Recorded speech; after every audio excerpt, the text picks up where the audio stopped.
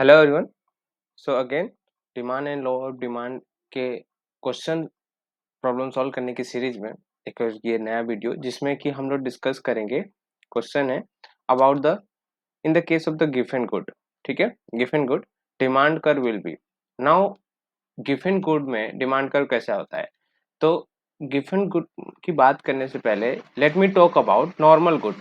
So in the normal good, okay, normal good, if we talk about, if you see the demand curve is downward sloping in the normal good. Okay, as price increases, demand decreases. Okay, and as price decreases, demand increases.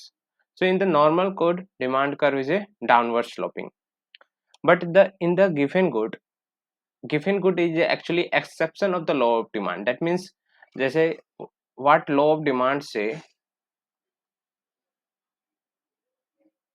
Law of demand क्या बोलता है, जैसे price increase होगी तो quantity क्या होगी, decrease होगी। And जैसे प्राइस डिक्रीज होगी, क्वांटिटी डिमांड क्या होगी, इंक्रीज होगी, है ना। ये बोलता है लॉ ऑफ डिमांड, और जिसकी वजह से हमें नॉर्मल गुड के जो डिमांड कर्व कैसा मिलता है, ऐसे डाउनवर्ड स्लोपिंग। ठीक है, ये हमारा डिमांड कर्व है। नाउ अगर बात करें तो कुछ ऐसे भी कोड होते हैं जो ये लॉ फॉलो नहीं करते हैं, उनको काउंट किया जाता है हम लोग exception of law of demand के अंदर।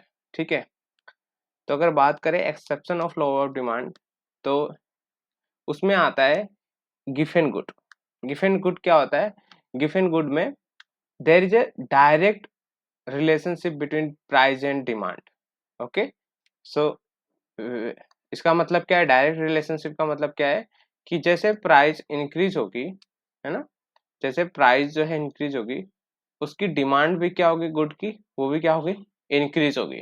ठीक है, so this is called actually ये एक्सेप्शन जो है लॉ ऑफ डिमांड का, वो किसके द्वारा दिया गया है, वो सर रॉबर्ट गिफिन के द्वारा दिया गया है ना। Who observes the price of the bread increases, जो प्राइस ऑफ ब्रेड है उसका प्राइस ऑफ ब्रेड वो इंक्रीज हो रहा है, फिर भी जो लो पेड ब्रिटिश वर्कर हैं in the early 19th century purchase more bread not less of that, तो वो ब्रेड फिर भी वो लोग ज्यादा ही प्रोड्यूस परचेस कर रहे हैं। तो इसका मतलब क्या है, there is a direct positive relationship, जबकि हमारा लॉ ऑफ डिमांड क्या बोलता है, there is a inverse relationship between the price and the quantity demand, है ना। जिसकी वजह से लॉ ऑफ डिमांड की वजह से नॉर्मल गुड के लिए डिमांड कर्व कैसा आता है, डाउनवर्ड स्लोपिंग। बट अगर गिवन गुड में क्या होता है, there is a positive relationship और डायरेक्ट रिलेशनशिप। डायरेक्ट रिलेशनशिप का मतलब क्या है, जैसे प्राइस इंक्रीज होगी, देखो प्राइस पहले 10 थी तो समझो क्वांटिटी भी 10 थी, है ना। बट जैसे प्राइस अगर 20 डिमांड हुई तो 20 प्राइस हुई तो डिमांड भी कितने होगा, 20। तो इसको बोलते हैं डायरेक्ट रिलेशनशिप। तो इसलिए जब ऐसा होगा तो देखोगे ये डाउनवर्ड स्लोपिंग डिमांड कर रहे हैं, तो ये कैसा है, ये डिमांड कर रहे अपवर्ड, अपवर्ड स्लोपिंग, राइट।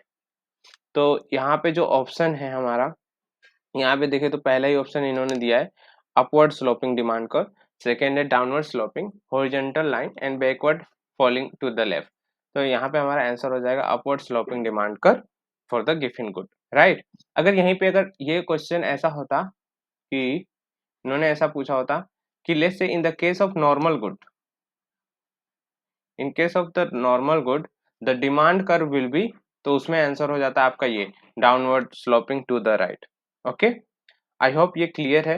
ये जो कट पार्ट मैंने लगाया है, ये मेरे एक लेक्चर मैंने अभी बनाया है law and law of demand, वो उस पूरे लेक्चर में पूरा मैंने डिमांड पे जो भी क्वेश्चंस बनते हैं एग्जाम के अंदर वो पूरे मैंने वहाँ पे सॉल्व करा रखा है, बता रखा है। ठीक है, जैसे आप देख सकते हो ये वाला क्वेश्चन 2022 में पूछा गया था और वो मेरे लेक्चर में इंक्लूडेड है। ऐसे ही बहुत सारे कॉन्सेप्ट उस लेक्चर में इंक्लूडेड हैं जो जिसपे उसके बेसिस पे एग्जाम में क्वेश्चंस बनते हैं। ठीक है, तो चाहो तो आप देख सकते हो। ठीक है, थैंक यू।